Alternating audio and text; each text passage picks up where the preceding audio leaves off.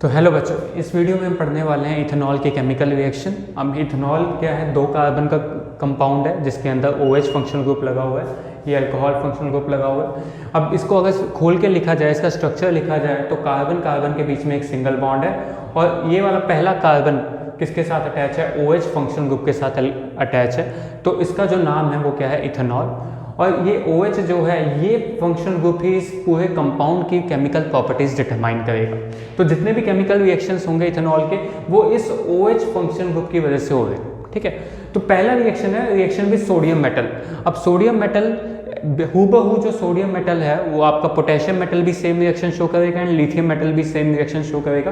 क्योंकि एनसीईआरटी में सिर्फ सोडियम मेटल का जिक्र है तो अभी हम सोडियम मेटल के साथ इसकी रिएक्शंस को पढ़ेंगे। ठीक है, तो इथेनॉल को अगर हम ले लें, इथेनॉल CH3CH2OH, इसको अगर हम सोडियम मेटल के साथ रिएक्ट करेंगे, जैसे इसके अंदर सोडियम मेटल डाला तो ये रिएक्शन जो होता है बहुत कोल्ड कंडीशंस में ही हो जाता है। कोई पानी को गर्म करने की ज़रूरत नहीं है, या इथेनॉल को आपका क्या है जो सॉल्वेंट है उसको गर्म करने की ज़रूरत नहीं है। ये क्या होगा, डायरेक्टली नॉर्मल कंडीशंस के अंदर हो जाएगा। ठीक है, और ये होता किस वजह से, इस H की वजह से। ये जो हाइड्रोजन होता है ये क्या होता है, एसिडिक नेचर का होता है। ये किस नेचर का होता है, एसिडिक नेचर का होता है। इस वजह से क्या होता है, जैसे ही सोडियम आया, सोडियम क्या करता है, इस H को क्या करता है, डिस्प्लेस करता है और खुद क्या करता है, वहां पे जाके लग जाएगा। ठीक है, तो जितने भी आप देखोगे, जैसे ही आपने इसको कोल्ड कंडीशंस के अंदर भी लिया तो जैसे ही क्या होगा, ये इस सोडियम के साथ रिएक्ट करके ये क्या बना देगा, CH2O- Na+, सॉल्ट बना देगा। ठीक है, सॉल्ट बना देगा। अब क्योंकि हाइड्रोजन यहाँ से निकला है तो यहाँ पे क्या बनेगी, हाइड्रोजन गैस निकलेगी, H2 गैस निकलेगी।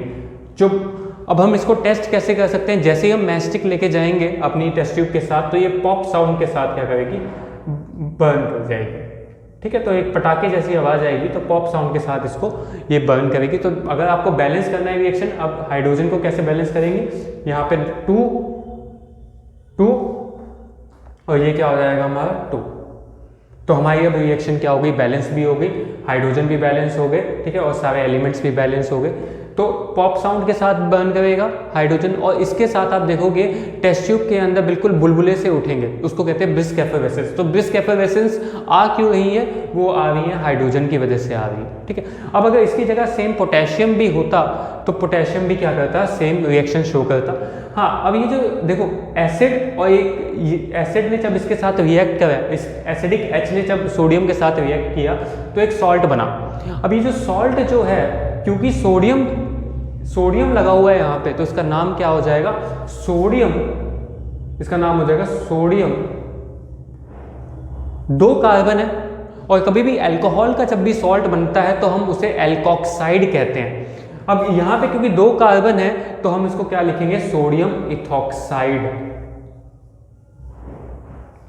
ऐसे ही अगर इथेनॉल की जगह प्रोपेनॉल होता तो हम उसको बोलते सोडियम प्रोपॉक्साइड, क्योंकि वो 3 कार्बन का सॉल्ट बनता। लेकिन एनसीईआरटी में सिर्फ 2 कार्बन सिर्फ इथेनॉल की रिएक्शन शो की हुई है, तो अभी हम सिर्फ इथेनॉल की रिएक्शंस पढ़ेंगे सोडियम मेटल के साथ।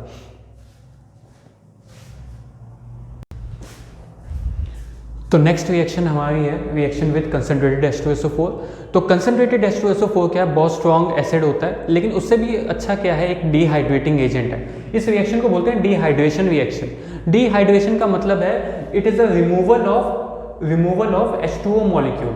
It is a removal of H2O molecule. जब हम किसी भी सब्सटेंस से या कंपाउंड से क्या करते हैं, OH का मॉलिक्यूल निकाल लें with the help of dehydrating agent. अब इसमें डिहाइड्रेटिंग एजेंट कौन है, कंसंट्रेटेड H2SO4। तो कंसंट्रेटेड H2SO4 एक डिहाइड्रेटिंग की एजेंट की हेल्प से अगर हम किसी मॉलिक्यूल से पानी को एलिमिनेट कर देते हैं, निकाल देते हैं, उस रिएक्शन को हम बोलते हैं डिहाइड्रेशन रिएक्शन।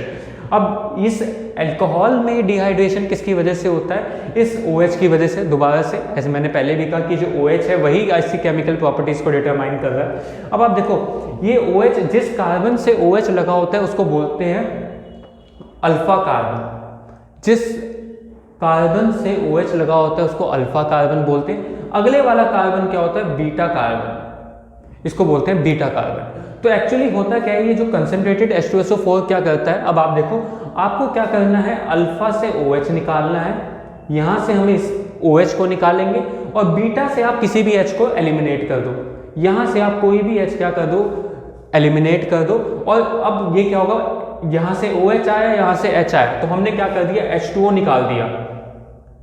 अब जब आपने H2O निकाला तो इनकी वैलेंसीज को सेटिस्फाई करने के लिए हमें क्या करना पड़ेगा, इस कार्बन कार्बन के बीच में डबल बॉन्ड बनाना पड़ेगा, क्योंकि एक कार्बन की 4 वैलेंसीज होती हैं, हमें उनको सेटिस्फाई करना है। अगर आपने यहाँ से हाइड्रोजन और यहाँ से OH निकाला है तो एक एक वैलेंसी इनकी खाली हो गई और हमारे पास कोई और एटम है नहीं जोड़ने के लिए। इस वजह से हम क्या करेंगे, कार्बन कार्बन को आपस में कंबाइन कर देंगे। तो जहाँ से जो कार्बन कार्बन सिंगल बॉन्ड की जगह आप क्या हो जाएगा, कार्बन कार्बन डबल बॉन्ड हो जाएगा, ठीक है। और अब क्या हो जाएगा, यहाँ पे एक हाइड्रोजन यहाँ लगा है, एक हाइड्रोजन यहाँ लगा है, एक हाइड्रोजन यहाँ लगा है, एक हाइड्रोजन यहाँ लगा है, तो एक इथेनॉल से क्या बन गया, आपका इथीन बन गया। ये क्या बन गया, एल्कीन बन गया, which is an unsaturated compound, जो एक अनसैचुरेटेड कंपाउंड है, अनसैचुरेटेड कंपाउंड।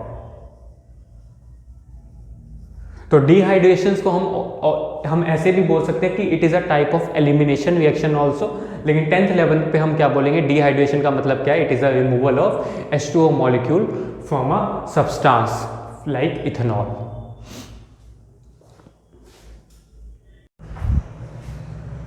तो तीसरा रिएक्शन जो है हमारा है कंबशन रिएक्शन।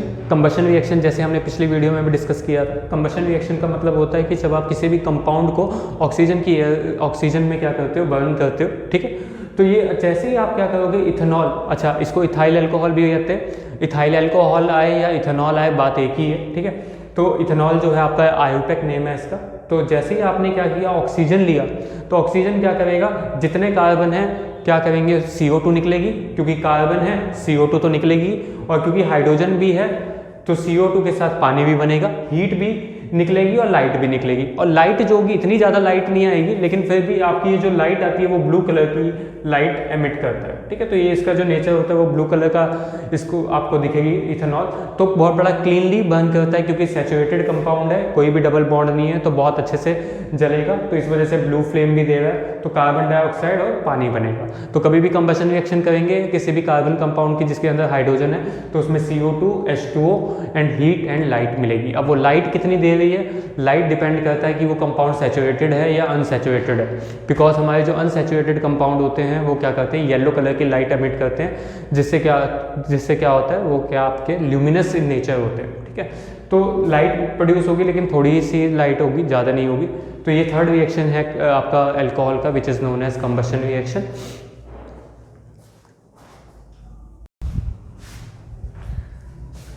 तो चलिए आगे पढ़ते हैं यूजेस ऑफ इथेनॉल। इथेनॉल क्या होता है, वाटर में सॉल्युबल होता है इन ऑल प्रोपोर्शन। इसका बॉइलिंग पॉइंट भी बड़ा कम होता है, 351 केल्विन। अगर हम इथेनॉल को ऐसे ही रख देंगे खुले में तो ये क्या हो जाएगा, बहुत जल्दी इवैपोरेट हो जाएगा, ठीक है। अब सबसे पहले क्या है, रेक्टिफाइड स्पिरिट। रेक्टिफाइड स्पिरिट क्या है, इट इज़ अ मिक्सचर, मतलब इट इज़ अ परसेंटेज जिसमें क्या है 95% अल्कोहल होगा, इथेनॉल होगा, और 5% ही पानी होगा, ठीक है। तो टोटल सॉल्यूशन का जो क्या होगा 95% क्या है, अल्कोहल है, बाकी क्या है आपका 5% वाटर होगा। अब कहाँ यूज़ किया जाता है, जितने भी antiseptic, it is use as antiseptic for wounds के लिए यूज़ किया जाता है। हमारे इंजेक्शंस को स्टेरिलाइज करने के लिए इसको यूज़ किया जाता है। दूसरा सबसे बड़ा आपका इसका यूज़ है, जो पूरी दुनिया ही करती है ऑलमोस्ट, मतलब दुनिया नहीं, ऑलमोस्ट 50 to 60% लोग इसका यूज़ करते हैं as an active ingredient of rum, whisky, brandy, ठीक है।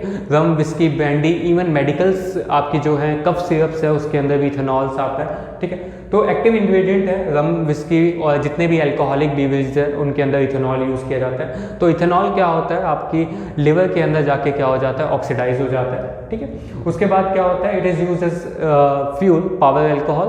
तो पावर अल्कोहल क्या होता है, पावर अल्कोहल क्या है, it is a blend, it is a mixture, जिसमें क्या होता है हम 80% तो पेट्रोल रखते हैं, लेकिन 20% क्या रखते हैं, इथेनॉल रखते हैं। तो इसका रीज़न ये है कि हम जितने भी, क्योंकि पेट्रोल पे हमें अपनी डिपेंडेंसी कम करनी है और इथेनॉल बड़ा अच्छे से बर्न करता है।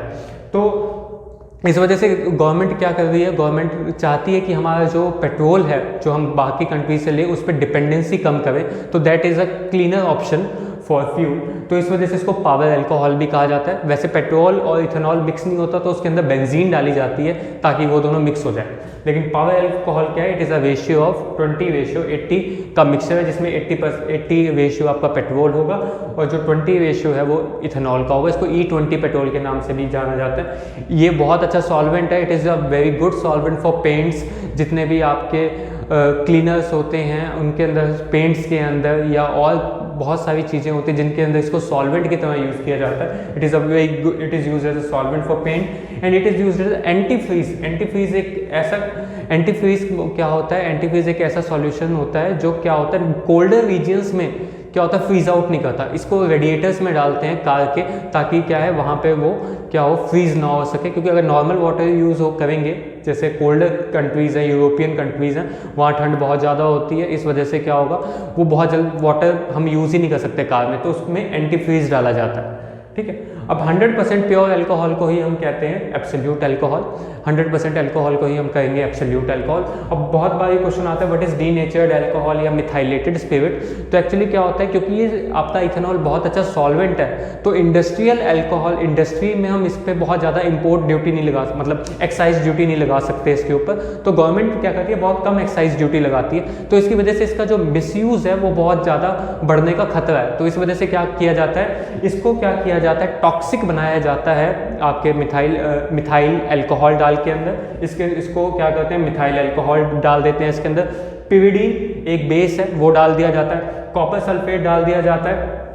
तो इथेनॉल के अंदर ये सारी चीज़ें डाल दी जाती है तो to make it unfit for drinking, ताकि इसको ह्यूमन कंजप्शन रोका जाए। बिकॉज अगर इस अल्कोहल को, डीनेचर्ड अल्कोहल को कोई कंज्यूम कर ले तो हमारी ऑप्टिक नर्व डैमेज हो जाती है, ठीक है, नर्वस सिस्टम पे इफेक्ट आता है, नाइट ब्लाइंड, आपकी जो परमानेंट ब्लाइंडनेस आ जाती है और एक्सट्रीम केसेस में डेथ भी होती है। आई होप आपको इथेनॉल की केमिकल प्रॉपर्टीज़ एंड यूजेस थोड़े थोड़े समझ आए हो। Thanks for watching.